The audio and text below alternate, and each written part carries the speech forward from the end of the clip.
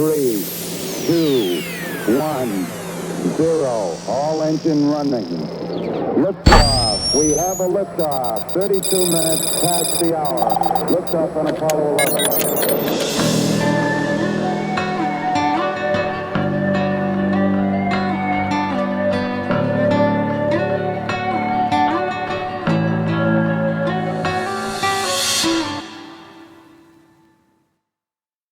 All right, welcome to Roots of Reality. I'm your host, Ben Baumann, and today I'm going to be talking about the history of societal corruption. So throughout human history, societies have been dealing with corruption, not just from corrupt governments, but also due to corruption that occurs in all aspects of everyday life, where often businesses or everyday people try to scam others out of their money. At the same time, though, often government corruption and general societal corruption go hand in hand, where people decide because the government itself is already so corrupt and weak that they either don't have to follow the laws because the government can't enforce them, or people simply stop believing in the principles of justice because people no longer have faith in the government to do what's right.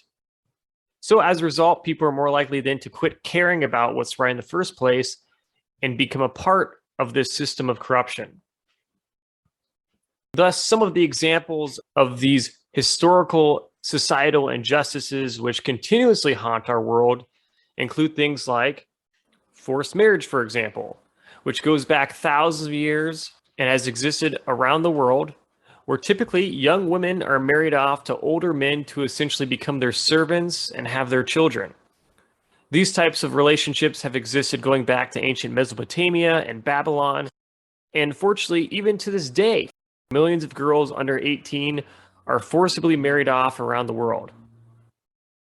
In fact, statistically, about 20% of women globally are married before they turn 18. And the African country Niger, 76% of women are married before the age of 18. However, this is not the only major historically corrupt aspect of human society. The other is child labor, another practice which has existed for thousands of years, where children have to work instead of getting an education or enjoying their childhood. And today, this also continues to be a major issue, where again, statistically, about 20% of all children in various countries in Africa are engaged in some form of child labor. And this is without even mentioning the issue of human trafficking, which is a global issue as well, where we have countless people being trafficked around the world, which is another major problem. Then there is the other 1,000-year-old practice that human society still cannot get rid of, and that is bribery. One example of bribery historically stems from ancient Greece, where during the Olympics, an ancient Greek boxer was caught bribing other boxers to let him win. And when thinking about today, bribery continues to be a huge issue, and pretty much all countries have some level of bribery that does go on, but especially a huge problem in countries that are so badly infected with bribery that you basically can't function in society without bribing someone. Some of the worst countries when it comes to corruption like this include places like South Sudan, Syria, and Somalia. But these are just a few of many nations that have severe bribery problems. However, beyond bribery, there are various other types of crimes that continue to exist, like theft and murder, which haunt our world globally today. In terms of crime, the nations Venezuela, Papua New Guinea, and Afghanistan are considered to have some of the worst crime rates in the world. And in terms of the highest murder rates, places like El Salvador, Honduras, and Venezuela continue to be at the top of the charts when it comes to murder rates. But again, murders continue to happen too often in far too many countries. Thus is this culture of corruption and crime that severely limits the potential of a nation. And usually these problems are even more noticeable in dictatorships, therefore highlighting the need that without significant societal reforms, a society can be greatly hindered by corruption and crime and will always struggle with this, especially if you have a dictator that basically has no interest in improving things. Next, when it comes to other forms of corruption, we have to turn our attention to the problem of corruption in the business world, where too often there are businesses which prioritize profits over morals. And some of the examples historically in regard to business corruption include things like fake medical treatments and fake pharmaceutical drugs being sold around the world. For instance, for hundreds of years, there have been companies in the US that have sold fake treatments to people claiming all sorts of health benefits or miracle cures. One example of this was a pill called the Antichamea Pill in 1890, which was a drug marketed to cure a variety of illnesses. But in reality, this drug was actually dangerously toxic, and the company selling it would eventually be forced to close after the Pure Food and Drug Act was created in 1906 in the United States. Today, though, selling medical products that don't work is still quite popular, unfortunately, and is a billion-dollar industry. The only time that these companies really get in trouble is if people start dying from the fake medications they're selling. In fact, when it comes to fake medications in modern society, the other major issue with that is that there are people around the world that manufacture fake versions of well-known drugs that we know actually work, but they're selling these fake versions as if they're the original version. And this has caused a major issue with counterfeit drugs occurring all over the place, where even well-regulated pharmaceutical markets around the world still have issues with counterfeit drugs making it into their system to a certain extent. However, the countries with major issues with counterfeit drugs are low and middle income countries, where about 10% of the medicine is either not as effective as it should be or is completely fake. And then when it comes to the other side of the coin, there are companies that will try to promote products which are unhealthy and claim that they're not unhealthy at all. For example, we saw this with tobacco companies throughout history, and we see this today with vaping companies, where they're trying to advertise vaping as something that's not harmful, despite plenty of evidence showing that vaping is definitely harmful. However, then there's the illegal side of drugs, where we have far more dangerous drugs spreading around the world, which has been ongoing for countless years in human societies.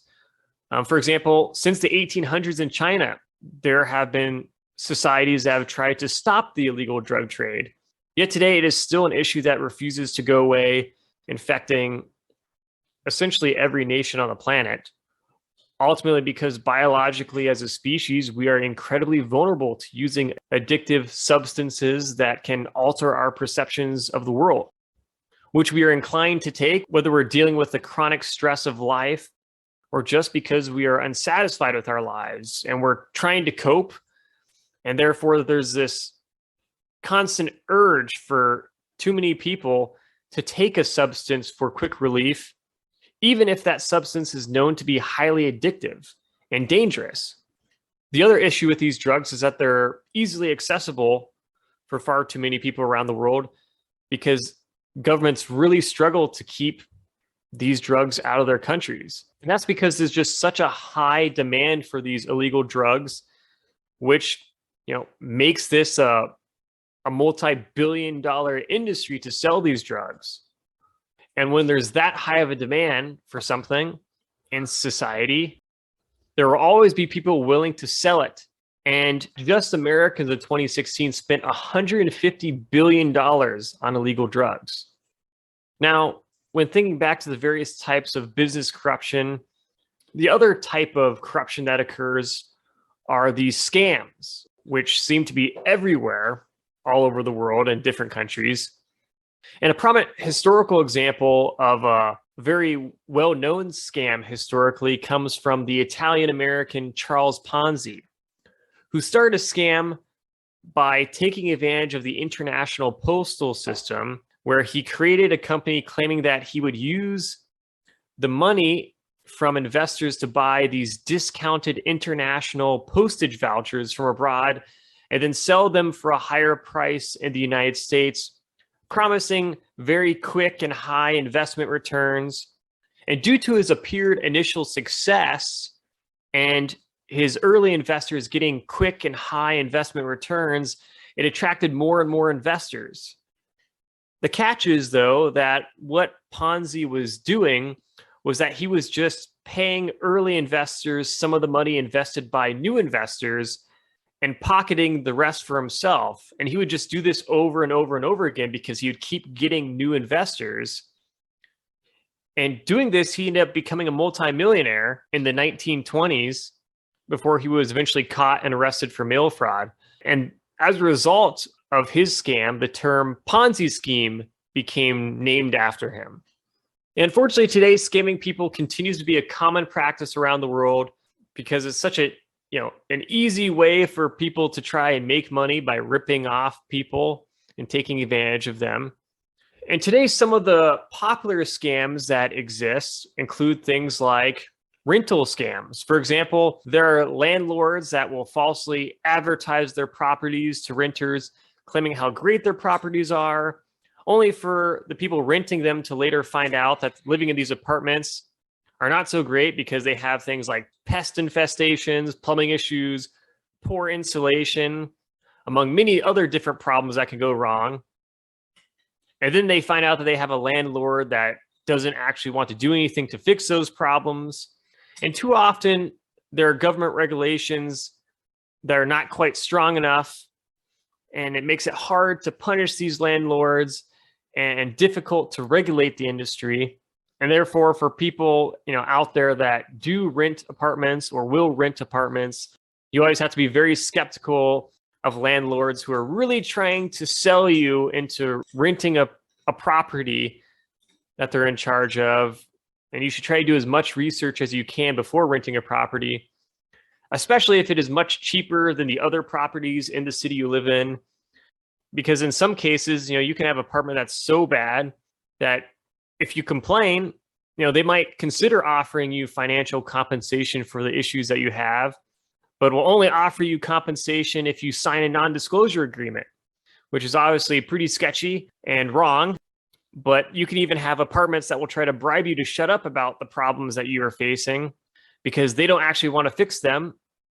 And government regulations are not always strong enough to make them feel like they need to fix them. And so that's an industry that you really have to be careful with.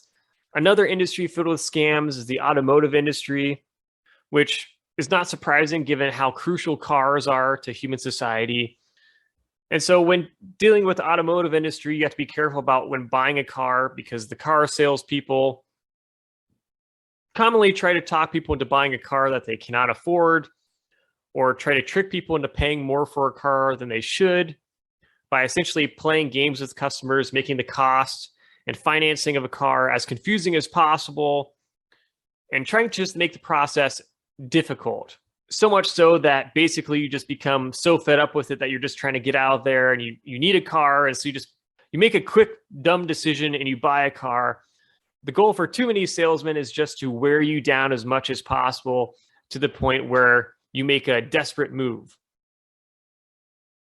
Because getting a person to take a bad deal too often is the goal for car salesmen. And other things that car salesmen can do to rip you off is getting you to trade in your car to buy a new one, but offering you much less than your car is worth. Or if you go to a really sketchy dealership, there can be issues when buying a car where if you're trying to get a used car, there can be problems like odometer fraud, where someone may artificially decrease the mileage on a car, making it so it looks like it has been driven less than it really has. And so as a result, if you need to buy a used car, try to be prepared ahead of time about what you exactly want. Make sure you know a car's history. And if you're going to do a trade-in, know the realistic value of your car. And don't sign anything you don't understand. Don't be afraid to walk out of a dealership. That's totally your right. They can't keep you there hostage. And if you need financing, you can usually get a better interest rate through like a credit union or someone outside of the dealership, because dealerships are not exactly known for being generous when it comes to financing options. Ultimately, they just want to sell you a car and will pull lots of tricks potentially to get you to buy one. Now, the other issue in the automotive industry comes from car mechanics, where some mechanics, for example, can do unnecessary repairs and procedures for extra money and charge you for things like time that they didn't even work, or charge you for things they really didn't even do. Additionally, they might not even know how to fix a problem with your car and may just start replacing random parts of your car, trying to solve the problem while you're draining your bank account, to fund this little adventure they're having with your car. And other things they could do is to try to sell you unnecessary things like new tires without you actually needing them. So with car mechanics, it's best to read your car manual to determine what routine repairs or services are necessary. And if you go to a mechanic and you are told at like a routine oil change or something that you all of a sudden need a bunch of different things done to your car, it's probably wise to be skeptical at first. Don't just go along right away with what they say. Tell them that you're going to think about it or something. And don't be afraid to take your car to another mechanic for a second opinion. And if you need a repair, feel free to check the average repair cost online or call another mechanic about how much they may charge for such a procedure. Because when it comes to something as crucial to many people's lives, like cars or renting an apartment, it's always good to be careful. Because though there are plenty of honest people and good people that work in those industries, there are also just too many bad people looking to take advantage of you. And so you got to be prepared and you have to be careful. The other industry which is full of scams is unfortunately the tourist industry. This is especially common in many tourist hotspots around the world, where if you were a foreign traveler in a country known for getting lots of tourists, or if you just go to a country with a high poverty rate, there are always people looking to scam tourists or even steal from tourists via pickpocketing or bag stealing. And some of the common scams include things like giving you a bracelet and you think like, oh, cool, I got a free bracelet. And then they immediately demand you money, and they might be like kind of a gang of people that can surround you demanding money. Or there are people that will advertise fake tours, or fake taxis will be there to pick you up and take you to destinations and then charge you extra money. One common trick is that they'll have the little money counter in the taxi, which will show, the cost of the ride per the number of miles or kilometers that you've been driven. And that little counter will all of a sudden jump like $10 or $20 because they've rigged it so they can control it and make those numbers jump around to charge you a higher price because they're not actually an official taxi service. Then there's also issues with fake police officers trying to fine you for things that you didn't do, or for, really kooky rules that they just made up. And these are just a few of countless things that can happen while you're traveling abroad. So if you are traveling somewhere for vacation, pay attention, be skeptical, and don't look so much like a tourist. If you look like a tourist, you are going to be a hotspot for every scammer in the country that you're visiting. Now, another type of scam that occurs and is a chronic issue today are scam phone calls and robocalls, or scam emails, scam mail, and more, where people are basically just trying to harass you for money by tricking you into thinking that your warranty is expired or some other ridiculous thing that is obviously not true. And then another type of scam comes from trying to find employment, where there are lots of companies that specifically prey on young high school and college graduates looking for their first jobs in hopes of starting a career and stuff fresh out of school. And what these companies do is that they operate something that's called a pyramid scheme, where they will lure you in with these huge promises of success, where they say that, oh, you're going to get rich, you're going to make all this money, your life's going to be awesome, it's going to be a big party. In reality, though, you'll end up just working long hours selling products for them. And for most of your sales that you do make for this company, you will only get a tiny fraction of the profit. Thus, you are essentially a wage slave for a company and their managers and higher ups who get rich off of your cheap labor. And in really bad cases, you're even told that you have to buy the products you are selling and then sell them for almost no profit, which can then put you even in debt, or at the very least, make it so you're earning almost no money. And finally, another type of scam that is really common that exists in this world are for-profit universities, which make lots of false promises about how their degree will benefit you and make all your career dreams come true, when in reality, too often these schools are not only poorly regulated or not all that beneficial and helpful, but are sometimes just blatantly lying about the benefits of their education in order to take your money. A good recent example of this was Trump University, founded by the former American president Donald Trump, which was essentially a fake for-profit business school that is now closed and was charged by the US government for fraud and forced the former American president Donald Trump to pay millions of dollars to former students of the school who were scammed. Thus, overall, is without a doubt that societal corruption in general is a huge issue and one that has been a part of human lives since the dawn of civilization. After all, we are creatures of habit, and we can easily be corrupted by greed. In turn, though there will always be people that sell out for a quick buck, because unfortunately money has become their primary goal in life. However, much like a drug addiction though, no amount of money will ever leave them satisfied, because it only represents this short-term artificial happiness. In reality, life isn't about blindly making as much money as you can, much like the dictators of the world do by stealing the wealth of their nations. Because life is really about collecting these pure, honest, and good moments with the people you care about that you will take with you to the day you die. Being able to think to yourself that no matter all the crazy things I had to go through in my life, it was all worth it because I was able to experience these precious moments that no amount of greedy money could ever buy. Human progress and human happiness is built on the pursuit of creating a better society, where people work together to create a less corrupt and more just society, because we all benefit at the end of the day from this, since it is this type of society which provides us with the opportunity to pursue a happy life in the first place. Not living in a corrupt society where our ambitions and our pursuit of happiness is limited by corruption and the pursuit of meaningless greed. Now, this isn't to say that money isn't important and that we shouldn't strive to earn more money over time. Of course, we should try to improve our lives and the lives of our family by trying to make more money over time.